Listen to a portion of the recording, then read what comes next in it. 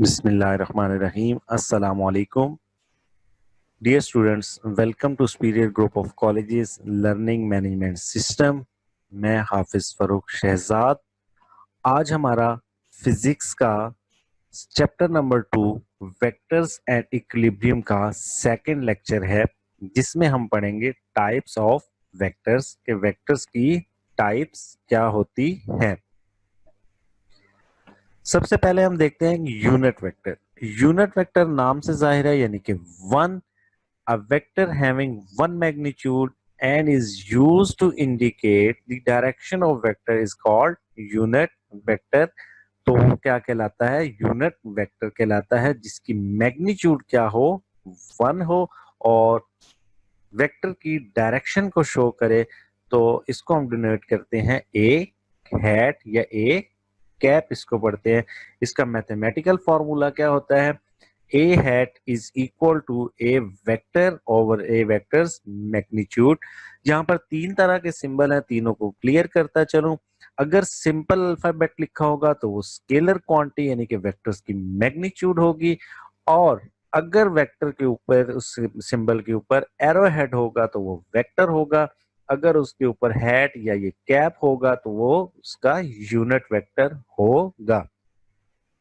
यहां से हम यूनिट वेक्टर की एक और डेफिनेशन भी कर सकते हैं। वो क्या है कि अगर हम वेक्टर को उसके मैग्नीट्यूड से डिवाइड कर दें तो हमारे पास क्या आ जाएगा? यूनिट वेक्टर आ जाएगा। यूनिट वेक्टर्स को हम रिप्रेजेंट किस तरह से करते हैं? सबसे पहले हम देखते हैं कोऑर्डिनेट सिस्टम। हमारे पास यहाँ पर एक कोऑर्डिनेट सिस्टम है, 3 डायमेंशन, जिसमें एक्स, वाई और जी 3 डायमेंशनल कोऑर्डिनेट सिस्टम कंसीडर किया गया है। अगर एक्स एक्सिस के अलोंग मैं यूनिट वेक्टर को शो करना चाहूंगा तो वो हमारे पास इस तरह से आ जाएगा, जो कि आई यूनिट वेक्टर से शो किया गया है। इसी तरह वाई एक्सिस में अगर शो करना हो तो वो जे यूनिट वेक्टर होगा, और जी एक्सिस में के यूनिट वेक्टर होगा। तो यहां देख सकते हैं कि एक्स एक्सिस के अलोंग जो यूनिट वेक्टर होगा वो आई होगा, वाई एक्सिस के अलोंग जे होगा, और जी एक्सिस के अलोंग के यूनिट वेक्टर होगा। अब हम देखते हैं कि इन केस ऑफ वेक्टर, अगर वेक्टर का केस हो तो हम यूनिट वेक्टर को किस तरह से रिप्रेजेंट करेंगे। फॉर एग्जांपल हमारे पास ये वेक्टर आर है जो कि एक डायरेक्शन शो कर रहा है। तो यूनिट वेक्टर हम किस तरह से ड्रॉ करेंगे? इसी के ऊपर वेक्टर ड्रॉ करेंगे जिसकी मैग्नीट्यूड 1 होगी, और यहाँ पर देखें आई आर के ऊपर कैप है जो कि रिप्रेजेंट कर रहा है यूनिट वेक्टर को। इन केस ऑफ प्लेन देखते हैं कि अगर हमारे पास कोई प्लेन होगी तो हम उसको किस तरह से शो करेंगे। हमारे पास फॉर एग्जांपल ये प्लेन है, इसके ऊपर यूनिट वेक्टर को हम किस तरह से प्रेजेंट करेंगे? हम इसके ऊपर एक परपेंडिकुलर वेक्टर ड्रॉ करेंगे जो कि अपवर्ड होगा, और इसको हम रिप्रेजेंट करेंगे एन कैप से। प्लेन के लिए याद रखिएगा, हमेशा जो वेक्टर यूनिट वेक्टर होगा वो हमेशा परपेंडिकुलर टू दी प्लेन होगा और हमेशा टूवर्ड्स दी रीडर होगा। तो इस तरह से हम यूनिट वेक्टर को रिप्रेजेंट करते हैं। यूनिट वेक्टर के बाद हमारे पास आता है नल वेक्टर। नाम से जाहिर है, a vector having magnitude 0 at arbitrary direction is called null vector.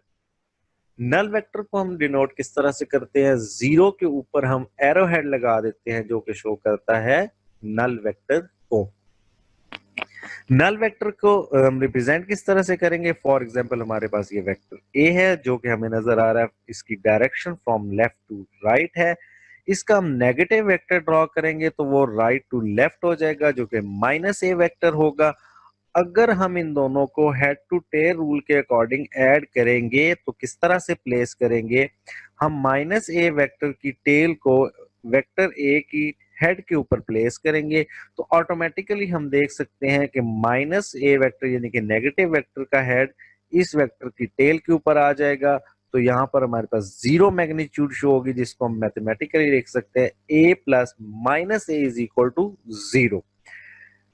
हम हमेशा नेगेटिव वेक्टर ही ऐड करेंगे। जब भी एडिशन करेंगे, सब्ट्रैक्शन की जरूरत होगी तो हम नेगेटिव वेक्टर्स को ऐड करेंगे। तो हमारे पास यहाँ पर देख सकते हैं कि नल वेक्टर आ गया है जिसकी मैग्नीट्यूड 0 है।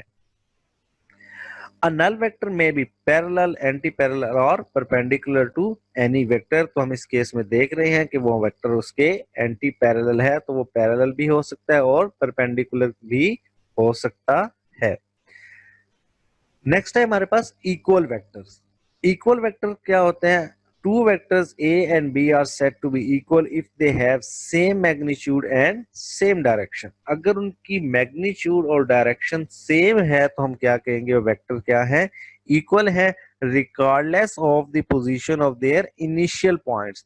हमें इस बात से कंसर्न नहीं है कि उनका इनिशियल पॉइंट क्या है, बेशक उनका इनिशियल पॉइंट डिफरेंट हो, अगर उनकी मैग्नीट्यूड और उनकी डायरेक्शन सेम है तो वो वेक्टर्स क्या कहलाएंगे? इक्वल वेक्टर्स कहलाएंगे। एग्जाम्पल देखते हैं। फर्स्ट एग्जाम्पल है वेक्टर ए, जो कि हमने इस डायरेक्शन में ड्रॉ किया है। अब हम वेक्टर बी को देखते हैं कि वेक्टर बी हमने ड्रॉ किया है, उसका इनिशियल पॉइंट वेक्टर ए से डिफरेंट है। वेक्टर ए से इनिशियल पॉइंट डिफरेंट है, लेकिन उसकी मैग्नीट्यूड और उसकी डायरेक्शन सेम है, तो ये क्या कहलाएगा? इक्वल वेक्टर कहलाएगा। इसी तरह वेक्टर सी को हम देखते हैं, तो वेक्टर सी का भी देखें तो दोनों का जो इनिशियल पॉइंट है वो सेम नहीं है, इसका इनिशियल पॉइंट डिफरेंट है, लेकिन तीनों क्योंकि मैग्नीट्यूड और डायरेक्शन के लिहाज से सेम है, तो तीनों वेक्टर्स क्या कहलाएंगे? इक्वल वेक्टर्स कहलाएंगे। इसका मतलब क्या हुआ कि parallel vector of the same magnitude are equal to each other. जो पैरेलल वेक्टर्स होंगे जिनकी मैग्नीट्यूड सेम होगी वो वेक्टर्स क्या कहलाएंगे? इक्वल वेक्टर्स कहलाएंगे। नेक्स्ट हम देखते हैं पोजीशन वेक्टर क्या होता है। नाम से जाहिर है जो किसी भी पार्टिकल की पोजीशन को शो करेगा वो क्या कहलाता है? पोजीशन वेक्टर कहलाता है। The vector which describe the position of a point with respect to the origin of the coordinate system। इस वेक्टर की एक स्पेसिफिकेशन है कि इसका इनिशियल पॉइंट हमेशा कहां से होगा? ओरिजिन से होगा। फॉर एग्जाम्पल हम ड्रॉ करते हैं, हमारे पास कोऑर्डिनेट सिस्टम है एक्स और वाई, ये ओरिजिन है। वेक्टर को हम ड्रॉ करेंगे फ्रॉम द इनिशियल पॉइंट कौन सा होगा? ओरिजिन होगा, और फाइनल पॉइंट होगा जिस पॉइंट पर वो बॉडी लोकेट कर रही होगी उसकी लोकेशन को जाहिर करेगा। अब यहाँ पर जो पोजीशन है, जो नंबर है ए और बी लेटर, ये क्या शो कर रहे हैं? ये एक्स एक्सिस का डिस्टेंस है और बी वाई एक्सिस का डिस्टेंस है। जो ए है ये डिस्टेंस है एक्चुअली यहाँ से एक्स एक्सिस पे, और जो बी है वो एक्चुअली डिस्टेंस है वाई एक्सिस के ऊपर। अब वेक्टर को हम टू डायमेंशन में रिप्रेजेंट किस तरह से करेंगे? मैथमेटिकली हम इसको लिखेंगे r is equal to A I plus B J. I हमें पता है एक्स एक्सिस को शो कर रहा है और जे वाई एक्सिस को, और इसका मैग्नीट्यूड हम लिखेंगे r is equal to A square plus B square. Three dimension में हम इसको लिखना चाहेंगे तो हम लिखेंगे r is equal to A I plus B J plus C K. I represent करेगा एक्स एक्सिस को, जे यूनिट वेक्टर शो करेगा वाई एक्सिस को, और के यूनिट वेक्टर रिप्रेजेंट करेगा जी एक्सिस को, और उसी तरह उसका मैग्नीट्यूड आ जाएगा A square plus B square plus C square. Next time देखते हैं कि रेक्टेंगुलर कंपोनेंट्स ऑफ वेक्टर्स क्या होते हैं। तो रेक्टेंगुलर कंपोनेंट्स ऑफ वेक्टर की तरफ जाने की तरफ पहले हम देखते हैं कि कंपोनेंट क्या चीज होते हैं। A component of a vector is it's effective part in particular direction. Component किसी भी वेक्टर का एक खास हिस्सा होता है जो कि खास डायरेक्शन में होता है। A vector may be considered as the resultant of its component vector। एक वेक्टर जो है वो डिफरेंट कंपोनेंट से मिलाकर बनाया जाता है। तो एक वेक्टर के इनफाइनाइट पॉसिबल कंपोनेंट्स हो सकते हैं। अब हम देखते हैं कि रेक्टेंगुलर कंपोनेंट्स क्या होते हैं। Two components of a vector which are right angle to each other are called rectangular components of vector। ऐसे दो कंपोनेंट जो के एक दूसरे के ऊपर परपेंडिकुलर हो, ऑर्थोगोनल हो, जिनका एंगल 90 हो, वो क्या कहलाते हैं? रेक्टेंगुलर कंपोनेंट्स कहलाते हैं। और मैक्सिमम किसी भी वेक्टर के 3 रेक्टेंगुलर कंपोनेंट्स हो सकते हैं। कंपोनेंट कितने हो सकते हैं? इनफाइनाइट हो सकते हैं, लेकिन रेक्टेंगुलर कंपोनेंट मैक्सिमम सिर्फ 3 हो सकते हैं। अब हम देखते हैं कि इन कंपोनेंट्स को फाइंड किस तरह से किया जाता है। तो हम कंसीडर करते हैं एक कोऑर्डिनेट एक्सिस जो कि एक्स एक्सिस और वाई एक्सिस पर मुश्तमिल है। हम एक पोजीशन वेक्टर ड्रॉ करेंगे फ्रॉम ओरिजिन पॉइंट पी तक, जो कि रिप्रेजेंट कर रहा है वेक्टर को। अब हम इसके कंपोनेंट्स को ड्रॉ करना चाहते हैं। हम देखते हैं कि ये वेक्टर जो है ए, ये पॉजिटिव एक्स एक्सिस के साथ एंगल थीटा बना रहा है। कंपोनेंट्स ड्रॉ करने के लिए सबसे पहले हम क्या करेंगे, पॉइंट पी से एक लाइन ड्रॉ करेंगे वर्टिकल, जो कि एक्स एक्सिस पे कट करेगी एम पॉइंट पर। जब एम पॉइंट पर ये लाइन कट करेगी तो जो ओ से एम तक इसका डिस्टेंस बन जाएगा वो क्या कहलाएगा, वो एक वेक्टर का पार्ट बन जाएगा, जो वेक्टर ए का हॉरिजॉन्टल कंपोनेंट होगा, जिसको हम रिप्रेजेंट कर रहे हैं ए एक्स आई से। ए के सबस्क्रिप्ट में एक्स है, जो कि रिप्रेजेंट कर रहा है कि वेक्टर का ये कंपोनेंट एक्स की डायरेक्शन में है, और आई हमें पता है कि क्या जाहिर करता है, यूनिट वेक्टर को। सेकंड कंपोनेंट फाइंड करने के लिए हम पी से एक हॉरिजॉन्टल लाइन ड्रॉ करेंगे, जो कि वाई एक्सिस को एन पर कट करेगी। तो जो ओ से एन तक का डिस्टेंस होगा ये बन जाएगा ए वाई जे। वाई किस रिप्रेजेंट कर रहा है कि वाई एक्सिस में, और जे साथ उसका यूनिट वेक्टर है। अब हम देख सकते हैं कि ए एक्स आई और ए वाई जे दोनों के दोनों कंपोनेंट है किसके, वेक्टर ए के, जो एक के एक एक्स कंपोनेंट है और एक इसका वाई कंपोनेंट है। और ये दोनों वेक्टर्स एक दूसरे के साथ एंगल 90 बना रहे हैं। यहां से हम देख सकते हैं इन दोनों के दरमियान एंगल 90 है, ये ऑर्थोगोनल है। So these are called rectangular components of a vector. इनको रिप्रेजेंट किस तरह से किया जाता है, उसी तरह देखें तो हेड टू टेल रूल के अकॉर्डिंग ऐड किया गया है। अगर हम देखें ओ एन जो है ये इक्वल होगा एम पी के, ये इक्वल वेक्टर होंगे, तो इसको प्लेस करें तो actually head to tail rule के अकॉर्डिंग ही हुआ है। और जो एक्स एक्सिस के अलोंग इसका है जो कंपोनेंट है उसको हम रिप्रेजेंट करते हैं A X is equal to A cos theta, और जो वाई एक्सिस के अलोंग होगा उसको हम रिप्रेजेंट करेंगे A Y is equal to A sine theta. तो जो कंपोनेंट्स होते हैं एक्स एक्सिस और वाई एक्सिस, उनको हम ट्रिग्नोमेट्रिक रेशियोज में किस तरह से लिखते हैं, A cos theta and A sine theta. अब हम देखते हैं कि determination of a vector from its rectangular components. पहले हमने देखा कि हम वेक्टर को उसके कंपोनेंट में रिजॉल्व कैसे कर सकते हैं। अब हम यहाँ पर क्या करने जा रहे हैं कि अगर हमें वेक्टर के कंपोनेंट्स गिवन हो तो उन कंपोनेंट्स से हम वेक्टर कैसे ड्रॉ कर सकते हैं या वेक्टर कैसे डिफाइन कर सकते हैं। फॉर एग्जाम्पल हमारे पास उसी तरह कोऑर्डिनेट सिस्टम है एक्स एक्सिस और वाई एक्सिस। अब हमारे पास जो गिवन है वो एक्स एक्सिस का जो कोऑर्डिनेट सिस्टम है उसमें जो एक्स कंपोनेंट है वेक्टर वो गिवन है, और वेक्टर का वाई कंपोनेंट गिवन है। अब हमने इसमें से वेक्टर ड्रॉ करना है। तो अगर ग्राफिकली देखा जाए तो हम उसी तरह करेंगे, एक वर्टिकल लाइन ड्रॉ कर देंगे एम, और एक वर्टिकल लाइन ड्रॉ कर देंगे एन से, और हम ओरिजिन से वेक्टर ड्रॉ कर देंगे, जो कि पॉइंट पी पर हम वेक्टर ड्रॉ कर लेंगे।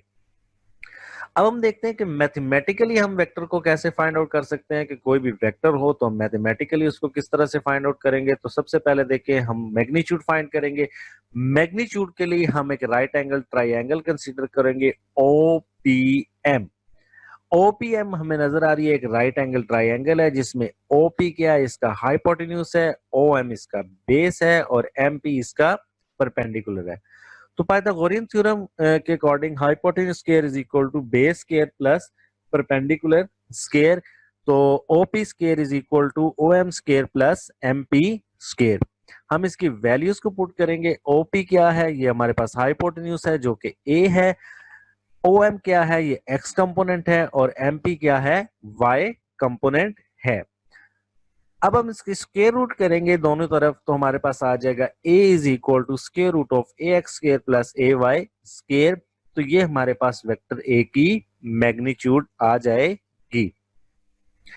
डायरेक्शन फाइंड आउट करने के लिए हम ट्रिग्नोमेट्रिक फंक्शन का इस्तेमाल करेंगे। tan theta is equal to M P over O M, यानी कि परपेंडिकुलर ओवर बेस। अब परपेंडिकुलर हमारे पास क्या है, y कंपोनेंट है वेक्टर ए का, और जो बेस है हमारे पास वो x कंपोनेंट है। तो हम एंगल फाइंड आउट करने के लिए, थीटा फाइंड आउट करने के लिए tan का इनवर्स लेंगे, then theta is equal to tan inverse A Y over A X. तो इस तरह हम वेक्टर की मैग्नीट्यूड और डायरेक्शन दोनों फाइंड आउट कर सकते हैं। तो यूं वेक्टर कंप्लीटली एक्सप्लेन हो जाएगा, क्योंकि हम जानते हैं कि वेक्टर को एक्सप्लेन करने के लिए दो चीजों की जरूरत होती है, मैग्नीट्यूड और डायरेक्शन की। अब हम कुछ पास पेपर से क्वेश्चंस देखते हैं कि एमसीक्यूज इसमें क्या आते हैं। पहला एमसीक्यूज देखते हैं, reverse process of vector addition is called. Vector addition का रिवर्स प्रोसेस क्या है? तो रिवर्स प्रोसेस होता है रेजोल्यूशन ऑफ वेक्टर। अक्सर इसका आंसर बच्चे सब्ट्रैक्शन ऑफ वेक्टर देते हैं। सब्ट्रैक्शन और एडिशन अरिथमेटिक रूल्स में होती है, जबकि हम जानते हैं कि वेक्टर में अरिथमेटिक रूल्स यूज नहीं होते। वेक्टर एडिशन में हम हेड टू टेल रूल के अकॉर्डिंग वेक्टर्स को ऐड करते हैं, जबकि रेजोल्यूशन ऑफ वेक्टर में हम वेक्टर को रिजॉल्व करते हैं into its components. Gujranwala board 2006 में ये क्वेश्चन पूछा गया।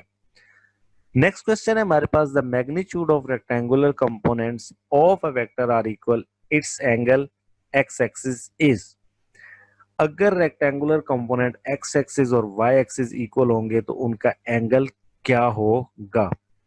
तो 45 इज द एंगल जब एक्स कंपोनेंट और वाई कंपोनेंट दोनों इक्वल होंगे, क्योंकि साइन 45 और कॉस 45 की वैल्यू सेम होती है। तो इसलिए इस एंगल पर एक्स एक्सिस यानी कि एक्स कंपोनेंट और वाई कंपोनेंट क्या हो जाएंगे? सेम हो जाएंगे। लाहौर बोर्ड 2013 में क्वेश्चन पूछा गया। नेक्स्ट क्वेश्चन है, angle between components A X and A Y is. तो जो हमें पता है ए एक्स हॉरिजॉन्टल होता है और ए वाई वर्टिकल होता है, तो इनके दरमियान जो एंगल होगा वो 90 होगा। मुल्तान बोर्ड 2009 में ये पूछा गया। लास्ट एमसीक्यूज है आज का, what is the maximum number of components into which a vector can be split. तो सिर्फ कंपोनेंट का पूछा गया तो इन्फिनिटी हो गए। लाहौर बोर्ड 2018 में ये क्वेश्चन पूछा गया।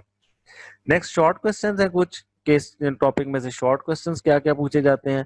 तो पहला शॉर्ट क्वेश्चन है, define the term unit vector and position vector. Number of times different boards में रिपीट हो चुका है। आप देख सकते हैं कि ऑलमोस्ट 2008 से लेकर 2011 तक कॉन्टिन्यूसली 13 तक ये क्वेश्चन हर साल और 2018 में भी बार बार पूछा गया।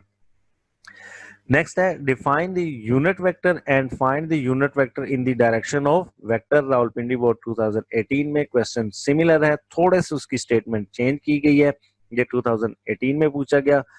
ये था हमारा आज का लेक्चर, जिसमें हमने पढ़ा कि टाइप्स ऑफ वेक्टर्स क्या होती हैं। इंशाल्लाह नेक्स्ट लेक्चर में हम वेक्टर की एडिशन पढ़ेंगे बाय रेक्टेंगुलर कंपोनेंट्स। आज हमने simply head to tail rule के अकॉर्डिंग वेक्टर की एडिशन सीखी। नेक्स्ट लेक्चर में हम वेक्टर की एडिशन सीखेंगे बाय रेक्टेंगुलर कंपोनेंट्स। जज़ाकल्लाह।